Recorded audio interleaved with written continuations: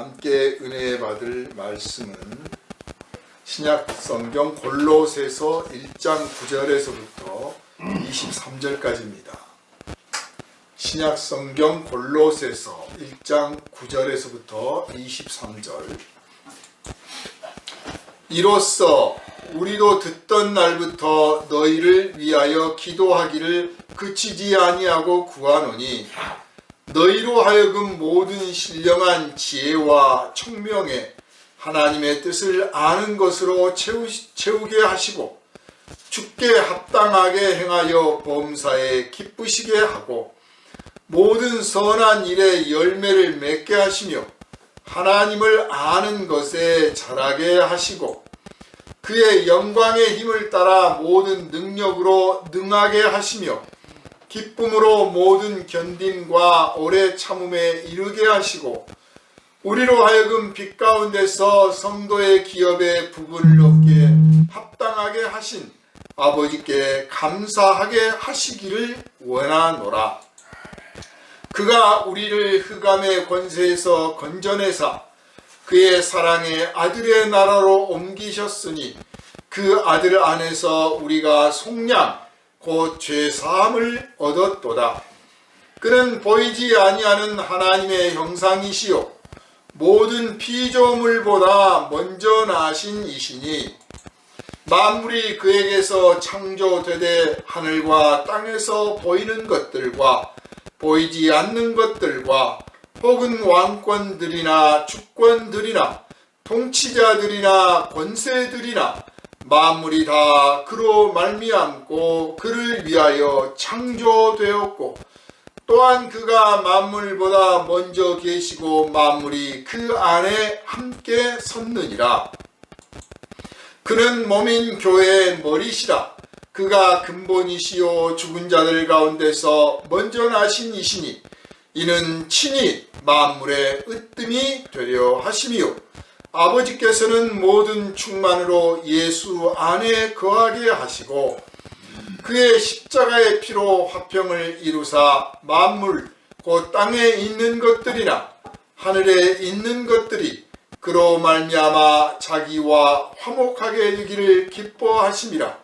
전에 악한 행실로 멀리 떠나 마음으로 원수가 되었던 너희를 이제는 그의 육체의 죽음으로 말미암아 화목하게 하사 너희를 거룩하고 흠 없고 책망할 것이 없는 자로 그 앞에 세우고자 하셨으니 만일 너희가 믿음에 거하고 터 위에 굳게 서서 너희 들은 바 복음의 소망에서 흔들리지 아니하면 그리하라. 이 복음은 천하 만민에게 전파된 바요 나 바울은 이 복음의 일꾼이 되었노라. 아멘. 할렐루야. 아멘. 이 시간은 오직 그리스도만이 교회의 머리이시다 하는 제목으로 함께 은혜를 나누겠습니다. 기도합니다.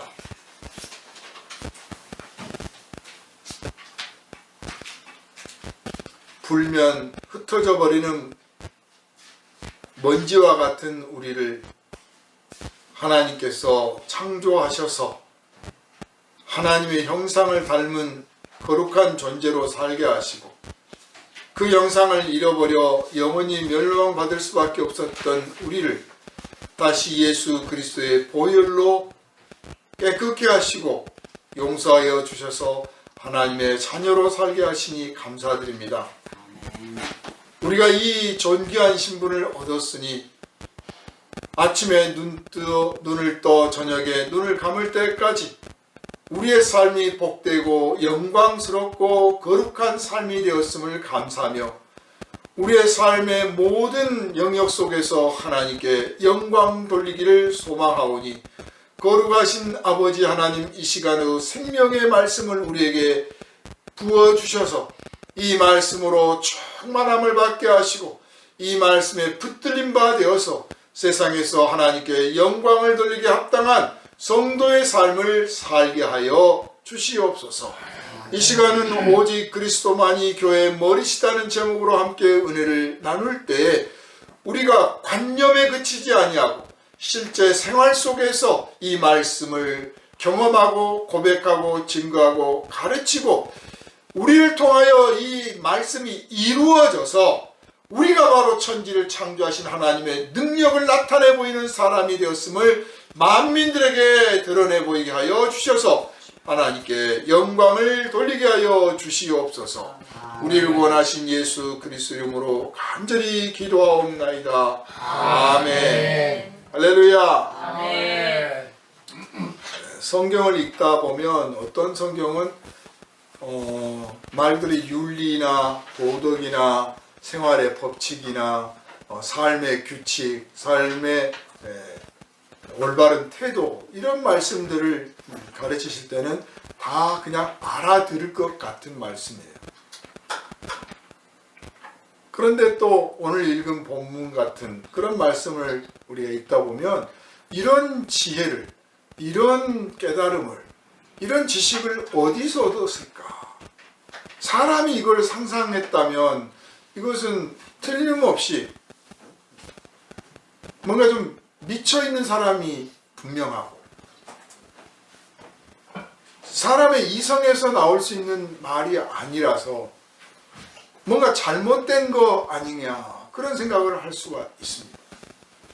성령께서 임하시고 성령께서 내주하시고 성령께서 충만한 감동을 사도 바울에게 부어주셨기 때문에 충만한 영감 속에서 하나님의 그 진리의 빛을 받았으므로 한 단어 한 단어, 한 규절 한 규절을 써내려갈 때 하나님의 그 비밀이 가득 들어있는 이 글을 쓰게 된 것이고, 그래서 오늘 우리가 읽을 때 엄청난 영감을 느끼며 이런 놀라운 지혜와 지식이 하나님이 부어주시지 않았으면 결코 얻을 수 없는 것이다. 사람의 머리에서, 사람의 이성에서, 사람의 판단에서 나올 수 없는 것이고, 만약 사람이 그냥 제정신으로 이렇게 했다 그러면 이건 틀림없이 뭔가 미쳐있는 사람이다 이런 판단을 내릴 정도의 말씀을 우리가 오늘 읽었습니다. 이렇게 말씀을 하셨던 이유는 우리가 어떠한 사람인가에 대한 자각을 일깨우려고 하는 겁니다. 우리가 어떠한 사람인가? 그냥 우리가 이제 육신으로 치면 대한민국 사람이죠. 그래서 대한민국 사람으로서 자부심을 가져야 되고 대한민국 사람으로서 마땅한 말과 행동을 해야 되는 거죠. 그건 국내에 있든 국외에 있든 간에 대한민국을 내가 대표하고 있다. 또 대한민국에 속해 있다. 내가 하는 말과 행동이 대한민국을 이루는 것이다. 이런 자부심을 가져야 되고 자긍심도 가져야 되고 자각을 해서 마땅한 행동을 말을 하지 않으면 같은 대한민국 사람들이 꾸짖게 되고 또 대한민국 사람이 아닌 사람들이 흉보게 되고 조롱하게 되는 것이죠. 싫든 좋든 대한민국에서 태어나서 대한민국 사람이 된 거란 말이에요. 그런데 우리는 예수를 믿는 하나님의 백성이 된 사람들, 예수 그리스도의 제자가 된 사람들, 이 사람들인데 이것은 싫든 좋든 된 것이 아니에요. 그냥 태어났으니까 예수를 믿는 사람이 된 게 아니고 우리가 결단을 내려서 하나님의 아들 예수 그리스도를 주로 섬기고 모시기로 결단을 내려서 고백하여서 그래서 예수 그리스도를 믿는 제자가 되고 하나님의 백성이 되었다 그 말입니다. 우리의 고백을 통해서 결단을 통해서 내 마음의 확신을 통해서 우리는 예수 그리스도의 제자가 되었다 그 말이에요. 그러므로 그냥 어쩔 수 없이 태어났기 때문에 대한민국 사람이다. 내가 뭐 태어나고 싶어서 태어났냐? 뭐 그런 불평을 할 수 있는 게 아니에요. 내가 분명하게 선택했기 때문에 그래서 내 결정에 대해서 내 판단에 대해서 내 고백에 대해서 끝까지 책임을 져야 되는 것이고 이 책임을 질 때 단지 의무요 해야 되는 그냥 그것 때문에 한 게 아니라 그와 동시에 우리에게 부어주시는 그 자부심과 자존심과 자긍심과 자랑이 충만하기 때문에 내가 그리스도의 제자로서 하나님의 백성으로서 말과 행실을 똑바로 하고 올바르게 하고 거룩하게 하는 것, 그것이 내 본분이며 자랑이다 하는 것이고, 사도 바울은 에베소서나 골로새서나 고린도서나 또 로마서나 이 모든 서신서를 통해서 사실 이것을 일깨워 주려고 하는 것입니다.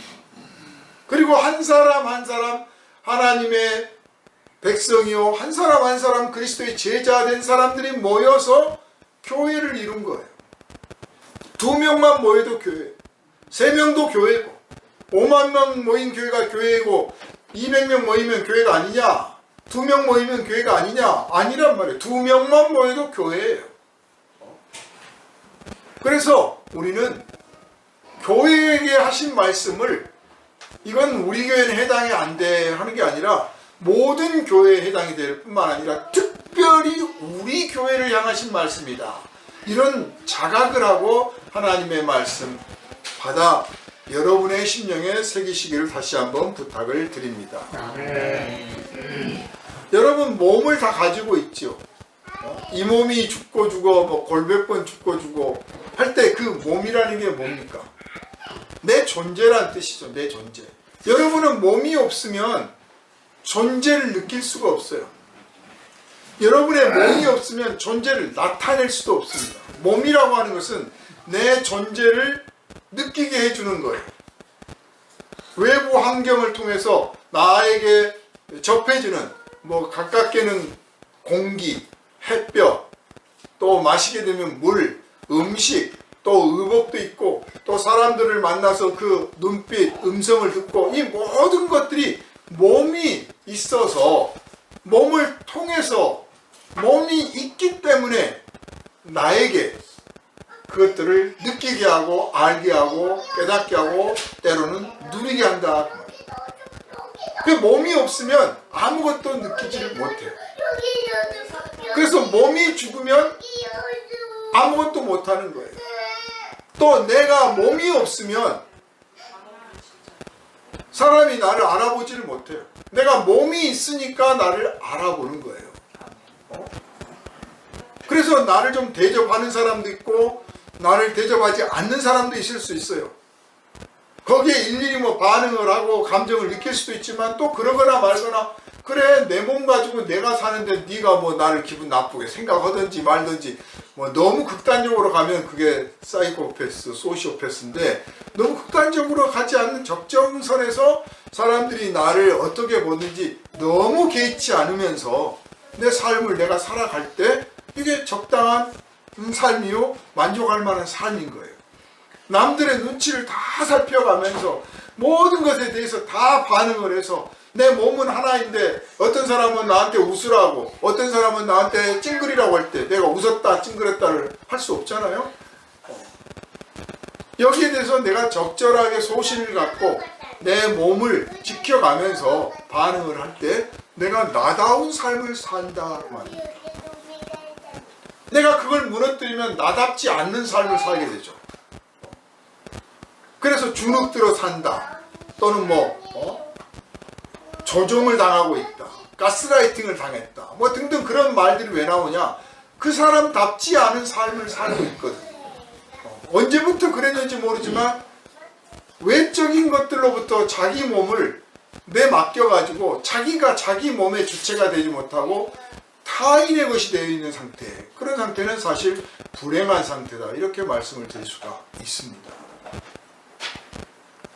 우리가 몸을 갖고 있다고 하는 것은 내가 내 삶의 주체라는 뜻입니다. 하나님은 우리 한 사람 한 사람이 자기 삶의 주체가 되기를 원하십니다. 자기 삶의 주인공이 되기를 원하십니다.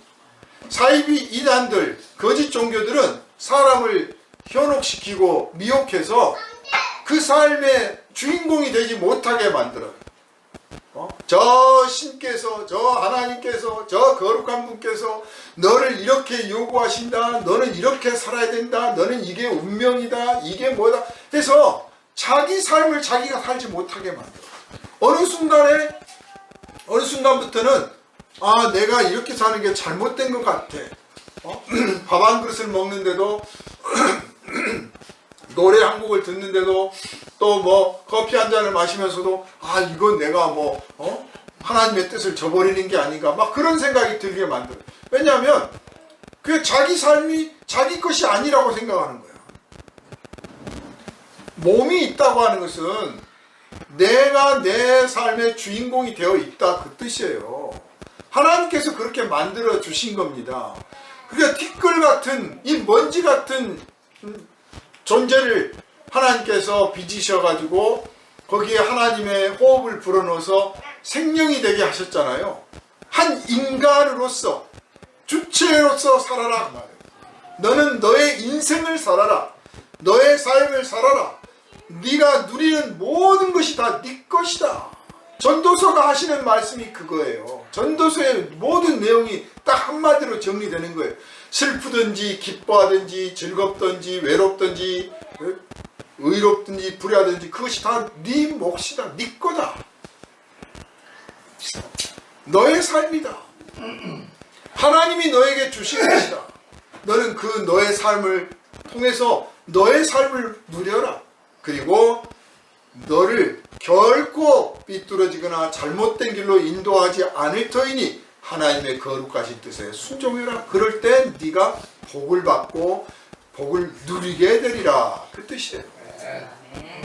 그러므로 저와 여러분 모두가 하나님이 주신 이 몸을 감사하면서 내 삶의 주체로서 누구에게 이 주권을 빼앗기지도 말고 빌려주지도 말고 나답게 살아가되 거룩하신 주님께서 우리를 사랑하심으로 그 사랑 은혜에 감사해서 그 사랑에 보답하고 또 그 사랑을 이웃들에게 나누는데 우리 몸을 귀하게 쓰시기를 주님의 이름으로 축원합니다. 아멘. 근데 오늘 본문을 보니까 아주 이 몸과 관련해서 중요한 메시지가 담겨져 있습니다. 18절에 보면 그는 몸인 교회의 머리시라 그랬어요. 그는 몸인 교회의 머리시라. 말씀드린 것처럼 몸이 없으면 주체가 없다니까요. 몸이 자기를 나타내고 드러내 보이고 내가 생각하고 판단하는 것들을 몸이 움직여서 그 사람이 가지고 있는 생각과 판단 능력을 다 나타내 보이는 거예요. 그리스도가 어떤 분이냐? 예수가 누구냐? 예수가 뭐 거룩하신 분이다, 하나님의 아들이다. 어제 보니까 어떤 멍청한 사람들이 인공지능 AI한테 예수는 하나님의 아들이 맞냐고 물어봤어요. 그러면 인공지능이 뭐라고 대답할까? 뭐라 그랬어요? 물어본 사람이 바보예요. 물어본 사람이 바보예요. 그 예수가 하나님의 아들이시냐는 누구한테 물어봐야 되냐면요, 인공지능한테 물어보는 게 아니고 하나님한테 물어보든지 하나님의 백성한테 물어봐야 되는 거예요. 알 수가 없어요, 인공지능은. 왜냐하면 하나님의 아들이라고 하는 것은 논리로 설명이 되는 게 아니거든요. 하나님의 존재는 논리로 설명되는 게 아니에요. 존재하신다는 사실을 우리가 논리로 이해하는 거지, 논리로 이해하고 믿느냐 안 믿느냐 하는 거지, 존재 자체가 이해해서 존재가 하는 게 아니잖아요. 우리가 이해를 하면 하나님은 이렇게 존재할 거야. 그러면 하나님 존재하시고, 하나님은 그렇게 존재할 리가 없어. 그럼 존재 안 하십니까? 아니잖아요. 하나님이 먼저 존재하시고 우리의 이해가 하나님의 계시를 받아들여서 이해하는 거죠.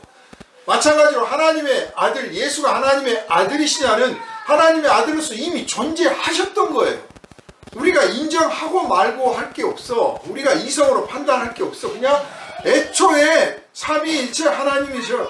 애초에 하나님의 아들로서 존재하시는데 우리가 당신께서 계시하신 것을 보고 아 그렇구나 하고 받아들이는 것이다 그 말이에요. 인공지능한테 물어볼 걸 물어봐야지. 그래서 뭐 변봉숙 집사가 대한민국 사람이냐 그러면 딱 조사해가지고 맞습니다 그렇게 할 거예요. 중국 사람 아닙니다 그럴 거란 말이에요.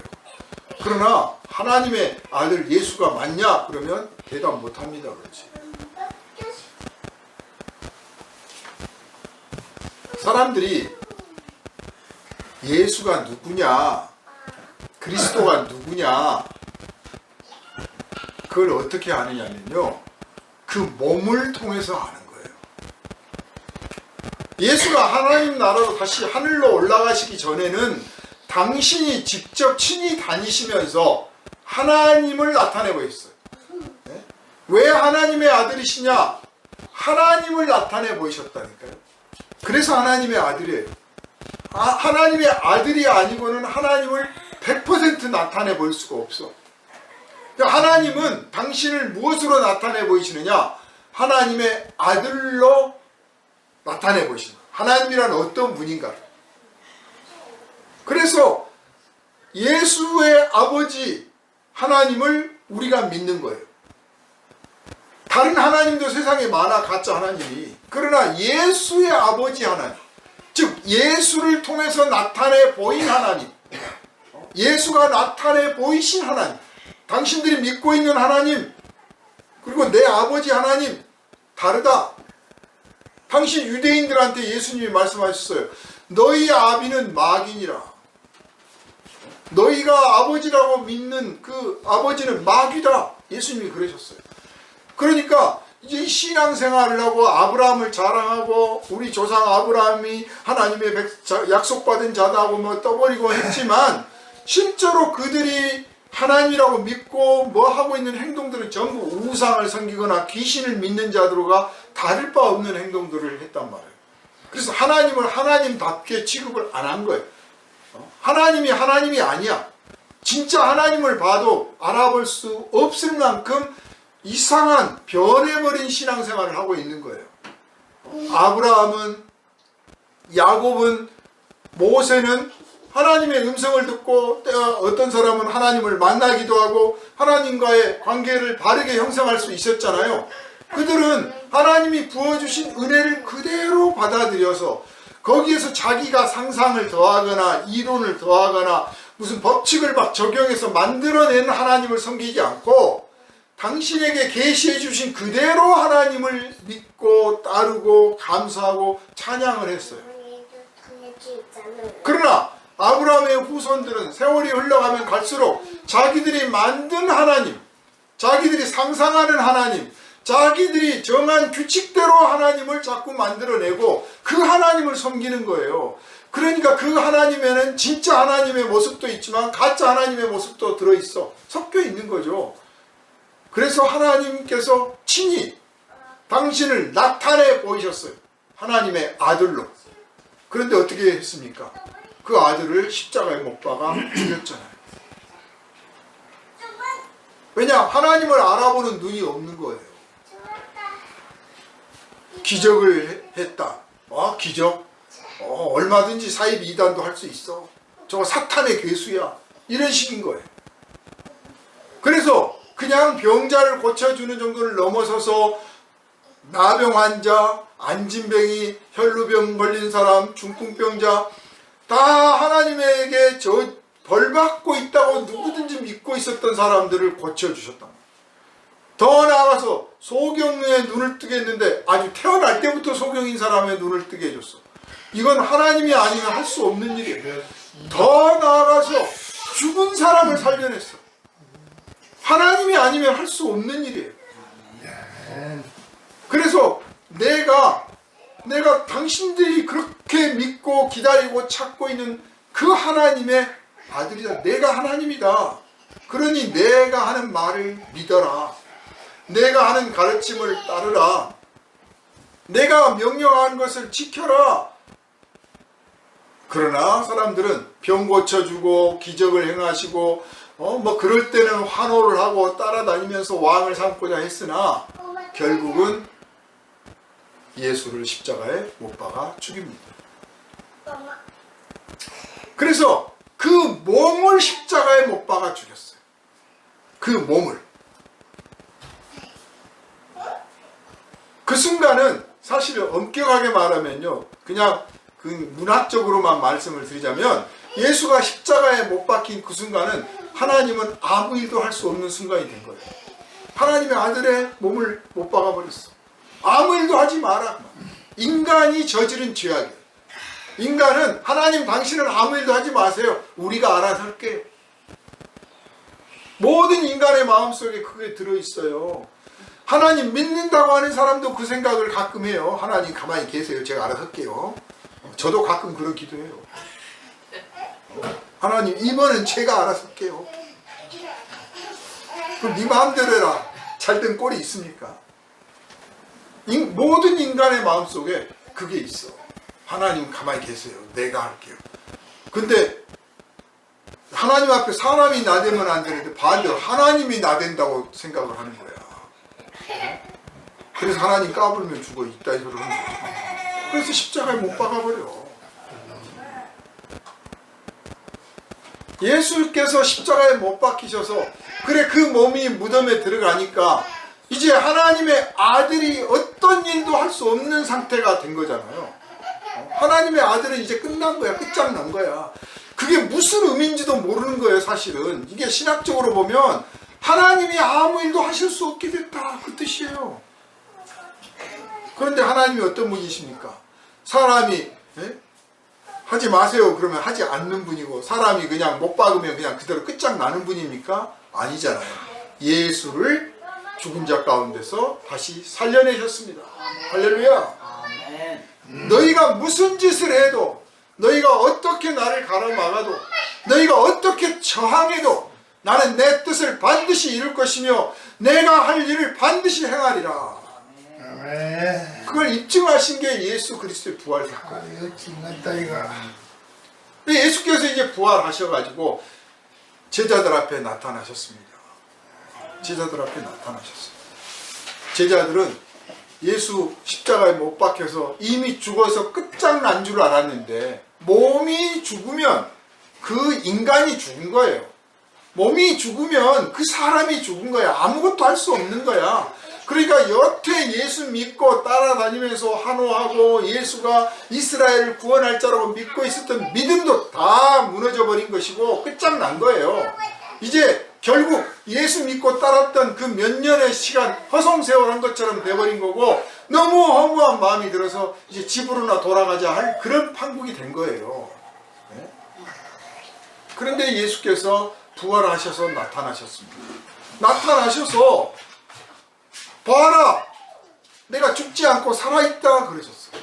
이 말씀은 단순히 한 인간 예수가 죽지 않고 살아있다라는 말씀으로 끝나는 게 아니라 보아라 하나님은 끝까지 살아계신 하나님이요 영원히 살아계신 하나님이요 영원히 너희들과 함께 하신 하나님이다. 이거를 나타내 보이신 거예요. 아멘. 제자들은 예수님이 다시 살아나셨다는 사실에도 기쁘지만 동시에 예수가 하나님의 아들이시다고 예수가 바로 그리스도라고 믿었던 그 믿음도 다시 살아난 것을 느꼈다 그 말입니다. 아멘. 우리 믿음이 잘못된 게 아니었구나. 우리가 보았고 우리가 믿었던 것이 거짓이 아니었구나. 진짜였구나. 이분은 진짜 그리스도요 하나님의 아들이시구나. 그래서 사도행전에 그가 능력으로 하나님의 아들로 입증되셨다. 이렇게 표현한 겁니다. 자, 그렇게 제자들 앞에 다시 몸을 보이셨어요. 자, 그 몸을 가지고 또 활동을 하시잖아요. 그런데 이번에는 40일 동안만 활동을 하세요. 부활의 증거가 필요한 사람들한테만 나타나는 거죠. 여러분, 이제 때가 되면 모든 사람이 휴거가 되고 부활하는 그런 영광을 얻고 또 반대로 부활의 몸을 입고 영원한 벌을 받게 되겠지만 그 전에는 이 부활의 신비는 아무한테나 드러나는 게 아니에요. 이 부활의 신비를 아무나 알게 되는 게 아니에요. 부활의 영광을 아무나 목격하는 게 아니야. 꼭 필요한 사람들한테만 보이시는 거예요. 그래서 사울 같은 교회를 핍박했던 그 사울에게도 부활하신 예수께서 나타나심으로 그가 회개하고 바울이라는 위대한 사도로 변화가 되잖아요. 아무한테나 나타나질 않아. 그러므로 우리가 부활하신 예수를 믿는 믿음을 갖고 있다고 하는 것은 엄청난 믿음을 갖고 있는 거예요. 아무한테나 주시는 믿음이 아니란 말이에요. 이 믿음 간직한 걸 정말 감사하고 하나님께 영광을 돌리시기를 주님의 이름으로 축원합니다. 아멘. 그 예수께서 40일을 다니시다가 이제 제자들이 보는 앞에서 하늘로 올라가셨습니다. 올라가셨어요. 올라가셨는데 제자들에게 말씀하시기를 내가 분부하고 가르친 것들을 분부하여 가르친 모든 것들을 지키고 순종하고 만민에게 이걸 전파하라 그랬거든요. 그러시면서 또 말씀하시기를 내가 너희와 세상 끝날까지 함께하리라. 함께 하신다는데 우리가 누군가와 함께하면 몸이 있어야 되는 거예요. 네? 몸이 영혼하고 사람하고 결혼할 수 있습니까? 영혼은 영혼끼리 결혼한다고 억지로 이제 결혼식 하잖아요. 그건 영혼끼리 하는 거죠. 실제로 하고 있는지 안 하고 있는지는 알 바가 아니고, 산 사람은 산 사람끼리 결혼하는 거예요. 죽은 사람하고 결혼할 사람 어디 있습니까? 그죠? 산 사람이 산 사람끼리 벗을 하는 겁니다. 살아있는 사람끼리 같이 일도 하는 거예요. 그런데 예수께서 하늘로 올라가시면서 내가 너희와 함께 하리라 하셨다. 함께 하리라 했더니 그 함께 하시려면 그 몸이 우리 곁에 있어야 되는 거예요. 그 몸이. 그리고 오늘 본문의 말씀이 거기에 해당이 되는 겁니다. 그는 몸인 교회의 머리시다. 세상 속에서 그리스도를 나타내실 몸으로 교회를 택하시고, 교회는 그리스도를 나타내 보이는 거예요. 그리스도가 하신 일들을 하는 거예요. 그리스도께서 받으실 영광을 하나님께 올려드리는 일을 교회가 하는 거예요.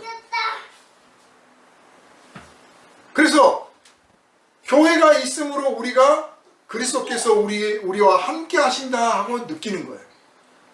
보이지 않는 영이 함께 하시니까 나는 충만해, 이걸로 됐어, 이게 아니라 그 성령께서 보이지 않는 영으로 우리 가운데 계시고 우리와 함께 하시고 우리에게 은혜를 주시고 은사를 베풀어 주시는데, 실제로 우리가 세상에서 그리스도를 나타낼 때는 우리가 나타내는 거예요.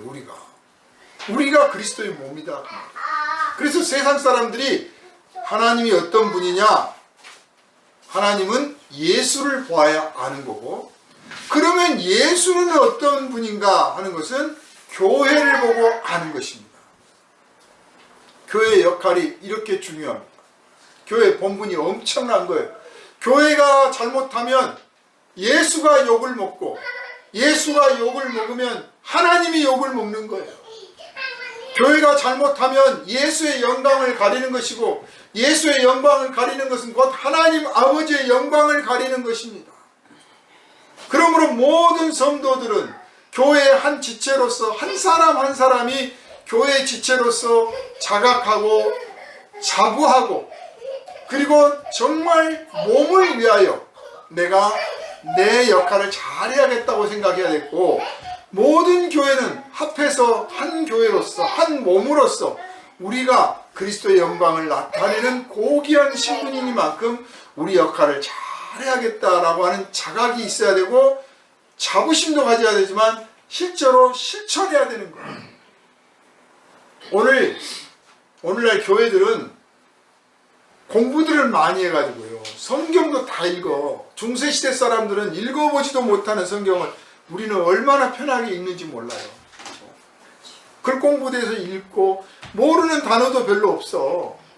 또 요새는 이제 미디어가 발달해서 읽어주는 것도 나오고, 동영상도 나오고, 자막도 나오고, 아무튼 정말 쉽게 이 성경을 읽어.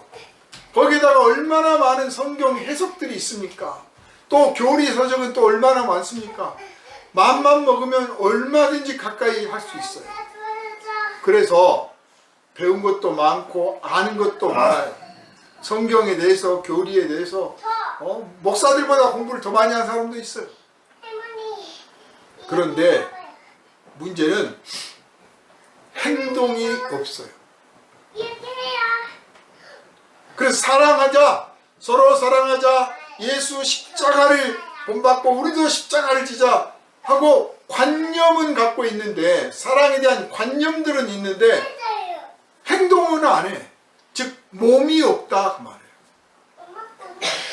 여러분 불이 났는데 빨리 도망가야 되는데 하고 가만히 있으면 도망가집니까? 몸을 움직여야 되잖아요. 위급한 상황에서 몸이 안 움직이면 그대로 위급한 그대로를 다 맞는 거잖아요. 누가 병들고 아파 누워있고 누가 헐벗고 굶주리고 있는데 아이고 배불리 먹었으면 좋겠네, 좋은 옷을 입었으면 좋겠네, 잠자리 편하게 잤으면 얼마나 좋을까요 하고 안 도와주면, 그 몸을 위해서 뭔가 내 몸으로 뭔가를 해주지 않으면 그 사람이 달라집니까? 잠을 편하게 자고 배고픔이 덜해집니까? 먹어야 배고픔이 사라지잖아요. 누군가가 먹으려면 내가 누군가에게 먹을 것을 내 몸으로 줘야 되잖아요. 내 몸을 위해서 내가 먹을 것을 먹어야 내 몸이 만족하잖아요. 다른 사람 몸도 마찬가지란 말이에요. 오늘 교회는 관념은 있는데 행동을 안 해. 그래서 몸이 전부 비둔하고 게으르고 그냥 돼지 같아. 돼지는 잡아라도 먹죠. 아무 일도 하지 않는, 아는 거는 많은데 그런 몸이에요. 그래서 예수께서 너희는 몸이다 자꾸 말씀하시는 거예요. 자, 그러면 내가 그리스도의 몸이다, 교회가 그리스도의 몸이다라고 하는 사실을 자각한다고 하면 이제 바꿔서 그리스도가 교회의 머리시다, 그걸 인정한다는 뜻이잖아요. 예수가 우리의 머리시다. 예수가 우리의 머리시다. 오늘 우리 대한민국은 다른 종교는 모르겠어요. 다른 종교는 알 바도 아니고 우리 교회들이 어떤 상태가 됐느냐, 예수가 머리신데, 그리스도가 머리신데 그리스도 아닌 다른 머리를 또 붙이고 있어. 혹이 난 게 아니고, 혹은 김일성이나 나죠. 혹이 난 게 아니라 머리를 또 하나 붙이고 있어요. 어떤 사람은 3개도 붙이고 4개도 붙여 있어요. 어떤 교회를 가보면 예수라고 하는 머리가 있는데 그 머리 옆에 또 다른 머리가 있어요. 교회는 예수 그리스도의 몸입니다. 몸은 머리의 뜻을 따라야 됩니다. 머리의 생각, 머리의 뜻, 머리의 그 주장들을 따라서 행동하라고 몸이 있는 거예요. 몸 따로 머리 따로가 아니란 말이에요. 교회는 사회주의를 주장하는 곳이 아니고, 공산주의를 주장하는 것도 아니고, 민주주의를 주장하는 데도 아니고, 자본주의를 주장하는 데도 아니에요. 교회는 그리스도주의를 주장하는 곳이에요. 교회는 이재명이를 지지하는 데도 아니고 윤석열이를 지지하는 데도 아니에요. 오직 그리스도만을 따르는 데예요. 아멘. 교회의 머리는 오직 그리스도 한 분이다 그 말이에요. 오늘날 이 땅에서 뭔가 잘못돼 가고 있는 모습들을 봅니다. 그러면 사람들이 뭐라고 그러냐, 저 사람은 우리 민주당 편이니까 저 교회는 괜찮은 교회야, 저기는 윤석열이 지지하니까 저 교회는 가짜 교회. 이런 기준이 어떻게 통할 수 있습니까? 저기는 그리스도의 뜻을 따르니까 예수 교회야, 그 말이 나와야 되는 거죠. 목사든 성도든 나는 예수를 따르겠노라 라고 하고 예수의 뜻에 따라서만 말하고 행동하려고 해야 그게 예수 교회, 예수의 몸된 교회로서 마땅한 본분이고, 그래야 머리를 머리답게 하는 거라고 말해요. 세상은 그렇지 않습니다. 세상은 너 우리 편 되는 교회 해라. 너도 우리 편 해라. 서로 우리 편 하라고 그래. 공산당은 공산당 편 되라고 그러고, 다른 편은 반대는 반대편 하라고 그래. 그렇게 하면 용서해주고, 그렇게 하면 인정해주고, 그렇게 하면 칭찬도 해주고, 그렇게 하면 도와주겠대. 그래서 중국에 있는 교회들, 삼자교회라든지 북한에 있는 교회들, 공산당을 지지하는, 제가 언젠가도 말씀드렸지만 저기 변방집에 저기 어떤 유튜버가 관광을 갔는데 그 지역 주민들이 그냥 오래전부터 예수를 믿는단 말이에요. 교회를 열심히 다녀. 그래서 참 신기한 거야. 교회 신앙생활 한다는 게. 그래서 교회를 딱 갔더니 교회 입구에 딱 써있어요. 우리는 오직 당을 따르고 당은 우리의 리더다. 다 이렇게 써놨어. 교회 안에. 당이 우선이요, 예수보다. 거기는 예수가 머리가 아니다 그 말이에요. 거기에 우리 가서 그냥 아이고 예수 믿어주시니 고맙습니다 그러면 안 돼요. 그 사람들은 예수도 믿고 공산당도 믿는 사람들이에요. 머리가 둘이야. 사람이 머리가 둘이면 어떻게 돼요? 괴물이지. 괴물. 근데 한국 교회들은 머리가 둘도 아니야. 셋, 넷도 된다니까요 지금. 괴물들이 앉아가지고 우리가 예수의 몸이라고 하고 있단 말이에요. 그러니 그 몸이 무슨 일을 할 수 있겠습니까? 머리가 여럿인데 어떤 머리 말을 듣고 있습니까? 가짜 머리 말을 듣고 있지. 하나도 예수는 나타나는 게 없어요. 예수의 뜻대로 하는 것도 없어. 모든 것을 자기 유리하게 해석하고 만들어내서 주장을 하고 외치고 그래야 이게 정상이야. 세상은 그걸 요구한다니까요. 예수를 왜 십자가에 못 박았습니까? 예수가 그렇게 하나님이 보내신 선지자 같으니까 놀라운 기적을 행하고 사람들도 많이 따르고 막 너무 신비롭고 괜찮거든. 이분을 앞세워서 이스라엘을 되찾아야겠다. 로마와 맞서 싸우든지 아니면 로마와 정치적인 타협을 하든지 해서 독립이 되는 일에 예수를 따르면 되지 않을까 하고 다들 따랐던 거예요. 당시 물론 로마가 임명한 헤롯 왕이 있었죠. 근데 알다시피 헤롯 왕은 유대 출신이 아니야. 그러니까 이 왕 따위는 딱 갈아치우고 정통파도 아니니까 치우고 우리가 원하는 우리의 왕을 예수로 삼아서 하면 좋겠다. 그러니까 예수께서 내가 이스라엘 왕으로 왔다. 하나님께서 나를 왕으로 보냈다. 그러면 믿는 사람도 있고 안 믿는 사람도 있고 막 욕하는 사람도 있겠지만 아마 다른 사람이 훨씬 더 많았을 거예요. 그리고 실제로 제자들도 예수님 따라다니면서 십자가에 못 박히시기 직전까지도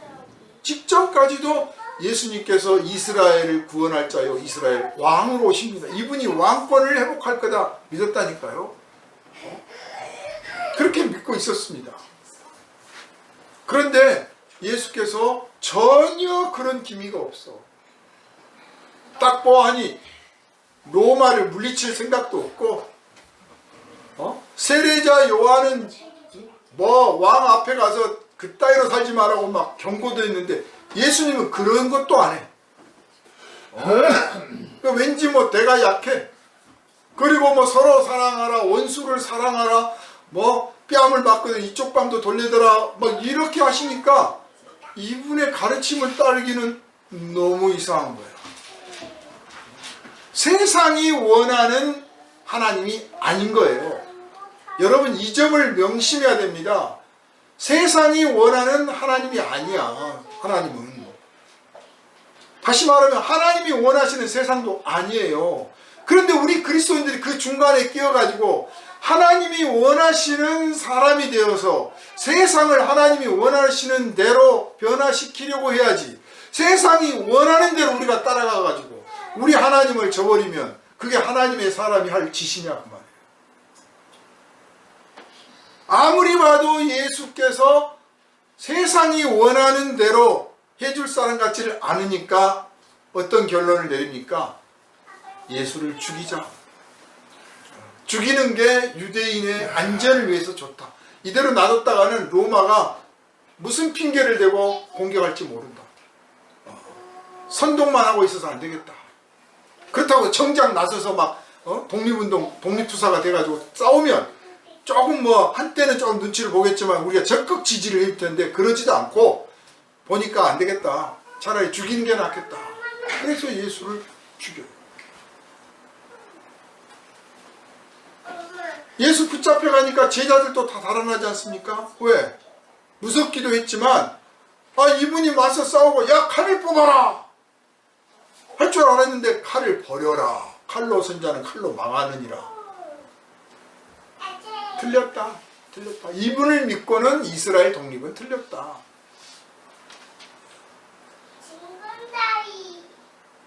3.1운동 후에요.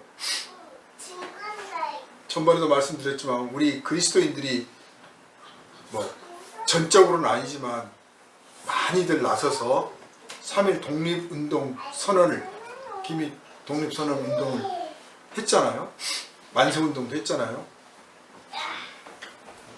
붙잡혀가서 고문당하고 죽으신 분들 대다수가 크리스찬들이었습니다.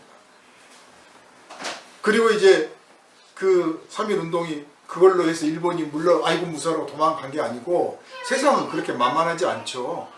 폭력으로 진압을 하고 그러면서 이제 한편으로는 회의책을 하는데 그 회의책을 어디다 제일 먼저 썼냐? 종교 집단에다 먼저 시작한 거예요. 절에 스님들 만나고 교회 목사님들 만나가지고 그냥 그것만 우리 이미 나라는 망했잖냐. 그러니까 저항만 안 하면 더 이상 괴롭히지 않을게. 우리 너희들 못 살게 굴지 않을게. 내선 일체야, 내선 일체. 막 이래 가면서 이제 꼬셨단 말이에요. 그러니까 그때 이제 목사님들이 일본에 협조해야 됩니다. 이렇게 말할 사람은 없죠. 지금 3.1 운동한 지가 얼마나 됐는데. 다들 여러분 하나님의 힘으로 기도합시다. 하나님의 힘으로 이 나라가 구원받기를 기도합시다. 그리고 하나님의 나라는 이 정치적인 이런 나라가 아닙니다. 세상에 만들어진 나라가 아니에요. 하나님 나라는 다른 나라예요. 그러니까 하나님 나라가 임하기를 기도합시다. 여러분 그런 설교 많이 들었죠? 정치와 무관하고 사회와 무관하고. 그래서 단재 신채호 선생이 한 말씀을 하셨어요. 나라가 망했는데 무슨 놈의 하나님의 나라냐. 우리 그리스도인들은 이걸 잃어버리면 안 돼요. 우리에게 주신 이 땅, 이 주권, 이 자유 지켜야 되는 거예요. 그러는 중에 영원하고 안전한 하나님의 나라는 따로 있는 것이지 이걸 잃어도 되고 저거 어쩔 수 없이 빼앗겨서 내가 정말 그 속에서 어쩔 수 없는 상황이 되었다 치더라도 그 나라를 되찾으려고 해야 되는 거예요. 그냥 막연하게 그건 다 제껴두고 하나님 나라만 있으면 돼가 아니란 말이에요. 그래서 일제 때 이 3.1운동 이후에 교회들이 어떤 일을 하느냐, 맨날 모여서 개인적인 기도, 그래서 기복신앙적인 방향으로 흘러가기도 하고 아니면 막 은사주의가 등장하는 거예요. 이상한 방언을 해야 되고 무슨 뭐 병을 고치다느니. 그래서 사이비 이단들이 엄청나게 생겨났어요. 뭐 무당 같은 사람들이 나와가지고. 교회는 그리스도의 몸입니다. 몸이 그리스도의 뜻을 따라서 나타내는 거예요.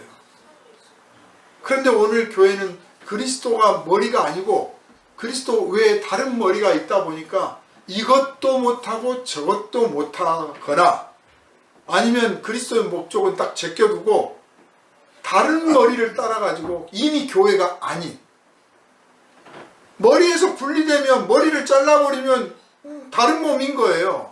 뭐 요즘 뭐 과학이 발달해가지고 얼마 전 뉴스 보니까 죽은 사람 몸하고 자기 머리 잘라가지고 붙여줬으면 좋겠다고 그 수술을 한대나 어쩐다나. 그러면 그 사람이 누굽니까? 뭐라고 해야 되나요? 뭐 인공심장 달고 인공신장도 달고 뭐 하다 보니까 이제 인공머리가 나올런지 인공몸이 나올런지 모르겠어요. 괴물이죠. 사람은 죽을 때가 되면 죽어야 되는 거예요. 이 몸은 유한한 존재야. 그리스도 안에서 교회는 유한한 존재예요. 안 죽으려고 하면 안 되고 병 안 들려고 하면 안 돼. 그럴 날도 있는 줄 알아야 돼. 그런 중에도 그리스도 머리 대신 그분의 뜻에 따라서 순종하며 기어이 그 뜻을 이루려고 하는 것이 몸다운 태도인 거지. 절대 병들지도 않고 죽지도 않고 아프지도 않고 사고도 안 나고 맨날 기분만 좋으려고 하면 괴물이다 그 말이에요. 괴물. 거기다가 이 갈라치기 하는 정치인들 때문에 한국 사회는 1950년대 이후로부터 분열을 거듭해서 이제 뭐 이웃집에 있는 교회가 정통인가 살펴보자는 넘어서가지고요. 전부 서로 원수야. 전부 갈라졌어요. 가뜩이나 교회 안에 교리 갖고도 지금 갈라서고 있는 판인데 이제는 거기다 한 수를 더 떠가지고 나는 민주당 편이다, 나는 뭐 국힘 편이다도 나오고 나는 아니야 다른 편이다까지 나왔어요. 어쩌자고. 우리는 오직 예수 그리스도만 따르기로 결심한 사람인 것을 잊지 마시기를 주님의 이름으로 부탁을 드립니다. 아멘. 그러려면요, 세상에서 욕먹을 각오해야 돼요. 세상에서 비난받을 각오해야 돼요. 예수 십자가에 못 박아 죽였지 않습니까? 저 잔악한 로마 병정들, 저 나쁜 놈들이 지배하고 있는데 그거를 맞서서 싸우지 말이야. 저 능력을 가지고 그냥 서로 사랑하라만 가르쳐? 여러분 광화문 요새 집회한다는데 나가가지고 여러분 서로 사랑하십시오. 우리는 한민족 아닙니까? 그러면 양쪽에서 욕먹을 거예요. 너나 하세요. 그렇다고 해서 정치적 소신이나 신념이나 판단력이 없어야 된다는 뜻이냐? 그게 아니에요. 한 사람 한 사람이 옳은 것이 있고 싫은 게 있고 내가 맞다고 판단하는 게 있고 내가 지지할 정당도 있고 지지를 표명할 수 있는 어떤 것들이 있어. 그건 그거야. 그러나 교회가 그리스도가 머리가 되신다는 걸 떠나면 안 되는 것이고, 성도 한 사람도 내가 저 사람 저 정당을 지지하고 저 외침을 따르기도 하고 저 사람을 내가 선거에서 뽑아주기는 하겠지만 그 사람이 내 머리가 아니고 그 사람을 내가 따르겠다가 아니라 나는 그리스도를 따르는데 그들이 그리스도 안에 와 주기를, 그리스도의 뜻에 복종할 수 있는 상황이 만들어지기를 내가 원한다. 이걸 잊지 말으시기를 부탁을 드린다 그 말입니다. 그래서 사도 바울께서 이 기도할 때 10절부터 13절 한 12절까지 이렇게 기도하신 내용을 보면 몸으로써 교회가, 그리고 한 사람 한 사람의 성도가 그리스도라고 하는 머리를 가진 몸으로써, 그리스도의 몸으로서 어떤 일을 해야 되느냐. 우리가 원하는 것은 하나님 제가 이렇게 기뻐하기를 원합니다. 하나님 이런 일이 잘 되기를 원합니다. 내가 나를 기쁘게 하기를 원하는 쪽에 기도를 하잖아요. 근데 바울 사도는 지금 하나님이 기뻐하시는 몸, 하나님이 바라시는 사람이 되라는 쪽으로 기도를 하는 거예요. 누군가를 위해서 기도할 때도 당신의 사업이 잘 되기를 바랍니다.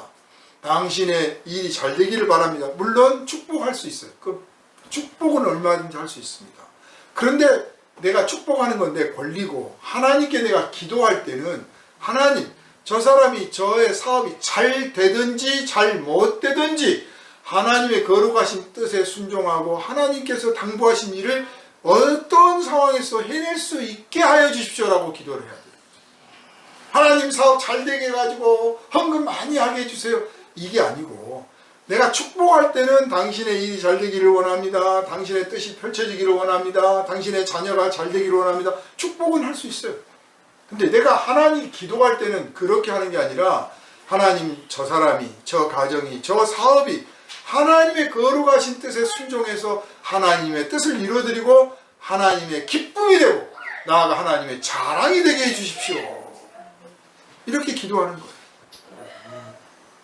몸이 머리의 뜻을 잘 따라서 제대로 할 때 몸도 좋고 머리도 좋고 서로 만족하잖아요. 근데 머리는 왼쪽으로 가자 하는데 발은 오른쪽으로 가면 어떻게 돼요? 또 오른쪽으로 막 가고 싶은데 생각은 왼쪽으로 가야 되는데 막 하면 어떻게 돼요? 불행하죠. 일도 제대로 안 되고 갈등만 느껴. 그러지 않기를 바란다. 사랑하는 여러분, 결론을 맺습니다. 오직 그리스도만이 교회의 머리십니다.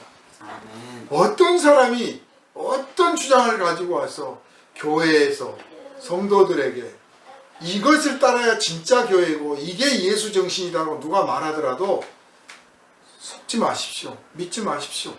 그 사람이 어떤 말을 하더라도 우리가 알아들을 수 있는 성경이 이미 우리에게 있고 우리는 그리스도의 뜻을 따를 겁니다.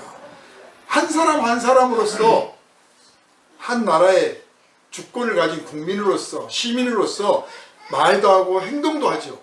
그러나 그 중심에 무엇보다 그 뜻 가운데 그리스도의 뜻을 따라서 하는 것이지, 그게 우선이 돼서도 안 되고 앞서서도 안 되고 머리가 되어서는 더더욱 안 될 줄로 압니다. 이제 우리 사회가 이런 결단들을 해야 되는 상황으로 점점 가고 있습니다. 이럴 때 교회는 교회답게, 성도는 성도다운 모습을 가져서 세상에서 어떤 비난이나 도전을 받더라도 또 혹은 어떤 유혹을 받더라도 흔들림 없이 그리스도의 뜻을 온전히 이루시고, 그래서 정말 크게 만족을 누리고 큰 기쁨을 누리고 큰 사랑을 나눌 수 있는 모든 성도 되시기를 주님의 이름으로 축원합니다. 아멘. 걸어가신 주님, 오늘 이 땅의 교회들이 머리가 여럿이 되어버렸습니다. 자유다, 민주주의다, 무슨 사회주의 이론이다, 정당이다, 별하별 머리들이 다 등장해서 이제 그리스도의 뜻, 그리스도의 가르침, 이것은 어디로 온데간데 없이 사라지고 몸인 교회가 엉터리 일들을 추구하고 있고 행하고 있습니다. 아버지 하나님, 이렇게 해서는 어떤 사람도 하나님을 나타낼 수가 없습니다. 그리스도를 나타낼 수가 없습니다. 그러면 그 결과는 뻔하지 않겠습니까? 한 사람도 주님께로 돌아오는 구원의 역사가 일어나지 않게 될 것입니다.